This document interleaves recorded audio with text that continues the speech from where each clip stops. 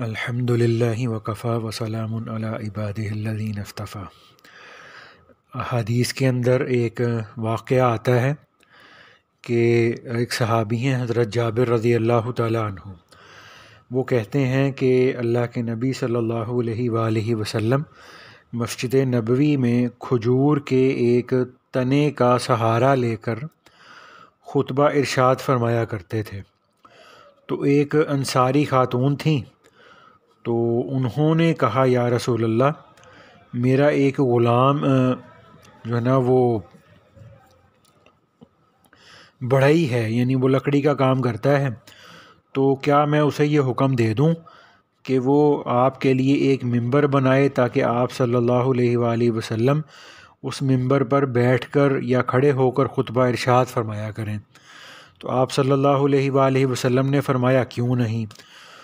तो उसने वो मिंबर बनवा दिया। तो जब जुमे का दिन आया तो और आप सल्लल्लाहु अलैहि वसल्लम मिंबर पर खड़े होकर जब खुतबा इरशाद फरमाने लगे, अब उससे पहले ये मामूल हुआ करता था कि आप सल्लल्लाहु अलैहि वसल्लम खजूर का एक तना होता था मस्जिद नबवी के अंदर, उससे टेक लगाकर खुतबा इरशाद फरमाया करते थे। लेकिन अब जब मिंबर बना दिया गया तो अब आप सल्लल्लाहु अलैहि वसल्लम ने मिंबर पर खड़े होकर खुतबा इरशाद फरमाया। तो अब सारे सहाबा ने उस वक़्त जो मस्जिद नबवी में थे, सब ने देखा कि वो जो खजूर का तना था उसने छोटे बच्चे की तरह ना बिलक बिलक कर रोना शुरू कर दिया। और फिर आता है कि जब उस खजूर के तने ने ज़िक्र यानी खुतबे की बातें गुम पाई, यानी गुम पाई का मतलब ये है कि पहले तो खुतबे की जो आवाज़ थी वो उस खजूर के तने को अपने पास से आया करती थी, लेकिन अब उसको वो आवाज़ अपने पास से नहीं आ रही थी। तो इस बात से उस खजूर के तने ने बच्चे की तरह से बिलक बिलक कर रोना शुरू कर दिया। तो अब इसमें जो बात है ना ये है कि ये एक बड़ा मशहूर वाक़या है जो आप सल्लल्लाहु अलैहि वसल्लम के मोजज़ात में शामिल है। तो आजकल के दौर में जो अक़ल परस्त लोग हैं, जो मुनकिरीन हैं, जो हर चीज़ को अपनी अक़ल से तोलने की कोशिश करते हैं और साइंस के तजर्बात जब तक उनके सामने ना आए और जब तक साइंस एक चीज़ को साबित ना करे तो वो उस चीज़ को जो कुरान में फ़रमाई गई है, जो अहादीस में फ़रमाई गई है या जो बुज़ुर्गों से साबित है ना, उसको तस्लीम नहीं करते। तो आज के दौर में अब ये जो वाक़या है ना खजूर के तने के रोने वाला, तो अब इसमें एक मैगज़ीन के अंदर ना मैंने ये चीज़ पढ़ी थी कि एक ना साइंसी मैगज़ीन है, उस मैगज़ीन का नाम है न्यू साइंटिस्ट मैगज़ीन। तो उस मैगज़ीन के अंदर एक रिपोर्ट पब्लिश हुई। तो उस रिपोर्ट के अंदर ये बताया गया कि नबातात ज़िंदा होने के साथ साथ बाशऊर भी हैं। और उस रिपोर्ट में ये बताया गया कि जो नबातात हैं, जो पौधे हैं, दरख्त हैं, ये मुकम्मल हवास रखते हैं, ये मोहब्बत और नफ़रत को पहचानते हैं और उस मोहब्बत और नफ़रत से मुतासिर होते हैं। और उस रिपोर्ट के अंदर ये भी बताया गया कि पौधे देखते भी हैं, सुनते भी हैं, सोचते भी हैं, याद भी रखते हैं। और बाज़ दफ़ा ऐसा होता है कि वो अपने सामने वाले की थॉट रीडिंग भी कर लेते हैं, जिसको हम टेलीपैथी भी बोलते हैं। तो ऐसे ही साइंसदानों ने इस पर रिसर्च की, तजर्बात किए। तो साइंसदानों ने ये बताया कि जब कोई आदमी मोहब्बत भरा हाथ किसी पौधे पर फेरता है तो वो पौधे खुश होते हैं और उस पौधे के इर्द गिर्द रोशन हाला की ताकत ना बढ़ जाती है। तो और इसी तरह से पौधों के लिए जो आदमी दिल के अंदर प्यार के, मोहब्बत के जज्बात रखता हो, तो जब ऐसा आदमी जब कोई पौधा लगाता है, उसकी नशोनुमा करता है, तो उस पौधे के बढ़ने, फलने, फूलने की रफ्तार बढ़ जाती है। ऐसे ही एक यूनिवर्सिटी के साइंसदानों ने ना पहली बार ना 2019 में ये इंकिशाफ किया कि बाज़ पौधे बोलते भी हैं और उन पौधों की जो आवाज़ है वो 20 हर्ट्ज़ से 100 किलो हर्ट्ज़ तक होती है।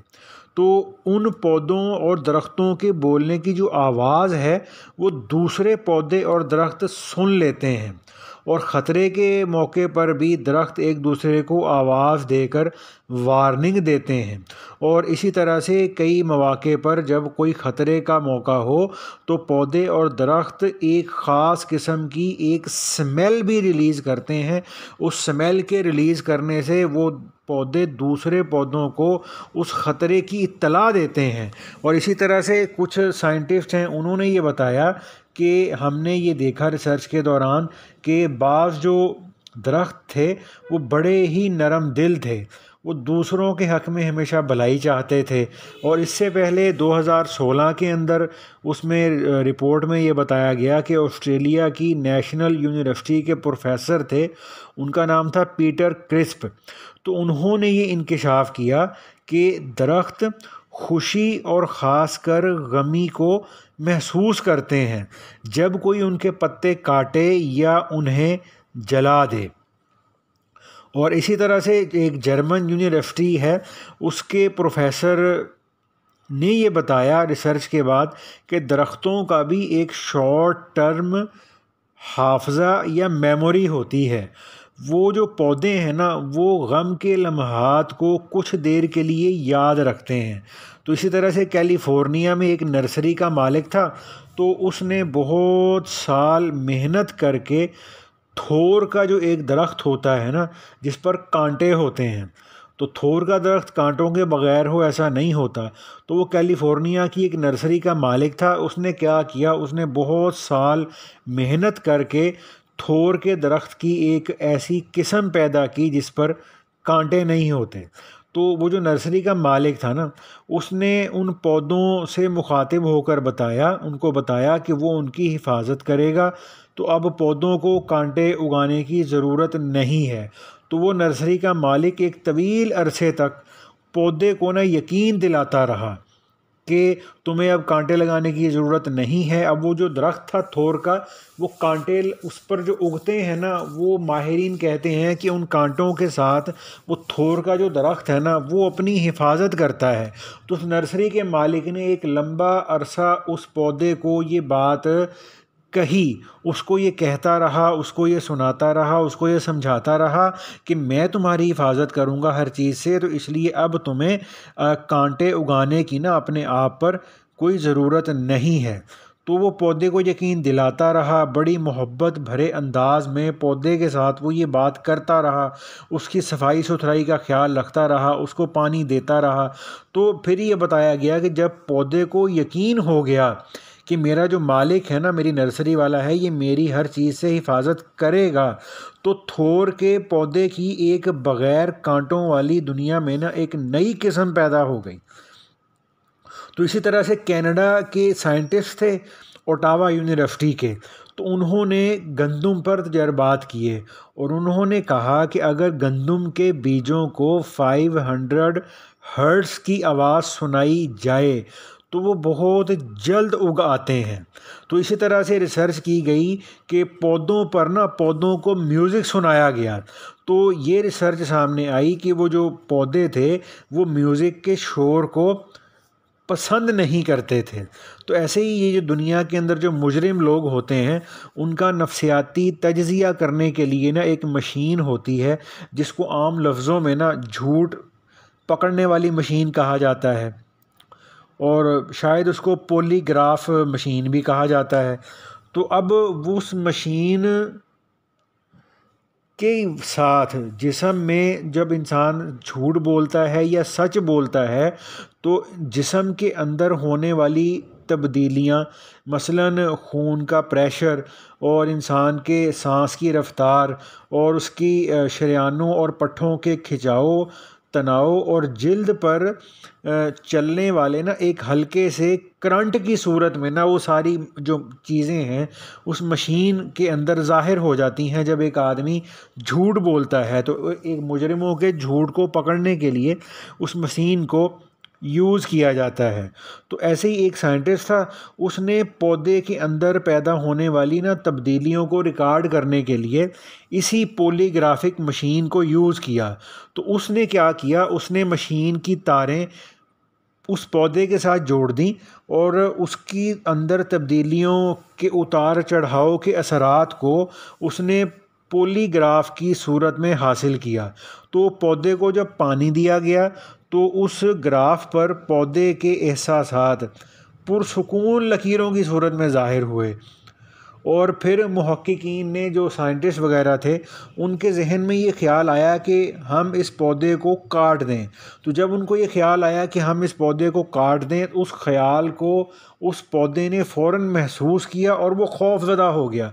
और उसके खौफज़दा होने की जो अलामात थीं वो पॉलीग्राफिक मशीन पर ज़ाहिर हुई। और उस पॉलीग्राफिक मशीन का जो ग्राफ था वो एकदम बहुत ज़्यादा ऊपर चला गया, एक्सट्रीम की तरफ चला गया जब उसको काटने का सोचा गया।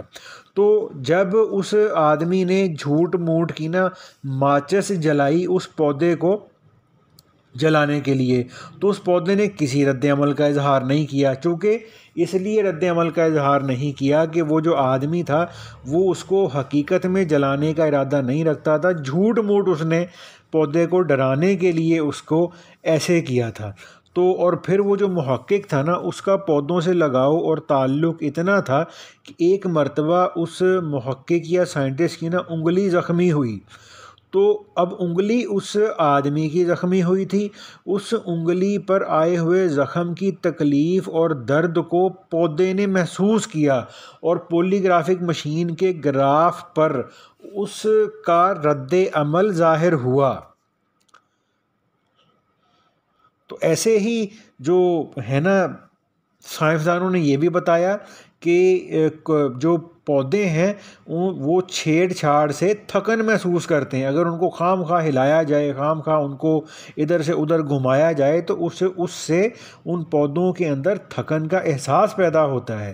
तो इसी तरह से काज़ाकिस्तान यूनिवर्सिटी के एक साइंटिस्ट थे, उन्होंने जब धातों की तलाश के लिए पौधों से ताउन चाहा, तो उन्होंने उन पौधों को ये हिदायत की कि अगर मिट्टी में कोई धात मौजूद हो तो वो बिजली की तरह झटका दें।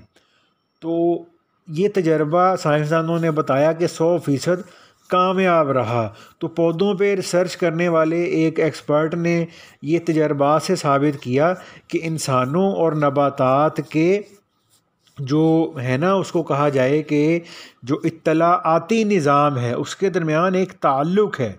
तो इत्तलाआती निज़ाम बज़ाहिर एक दूसरे से मुख्तलिफ है लेकिन एक दूसरे को समझते हैं। यानी इसको कुरान पाक के अंदर अल्लाह पाक ये फरमाते हैं ना, जिसका मफ़हूम है कि क्या तुमने नहीं देखा कि आसमानों और ज़मीन में हर मखलूक अल्लाह की तस्बीह करती है और उड़ते हुए परिंदे, और हर एक को अपनी अपनी नमाज और तस्बीह मालूम है और अल्लाह को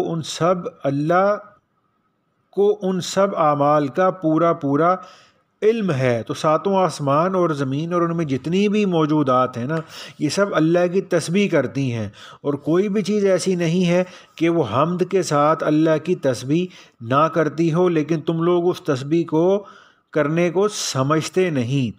तहकीक वो है तहम्मुल वाला, बख्शने वाला।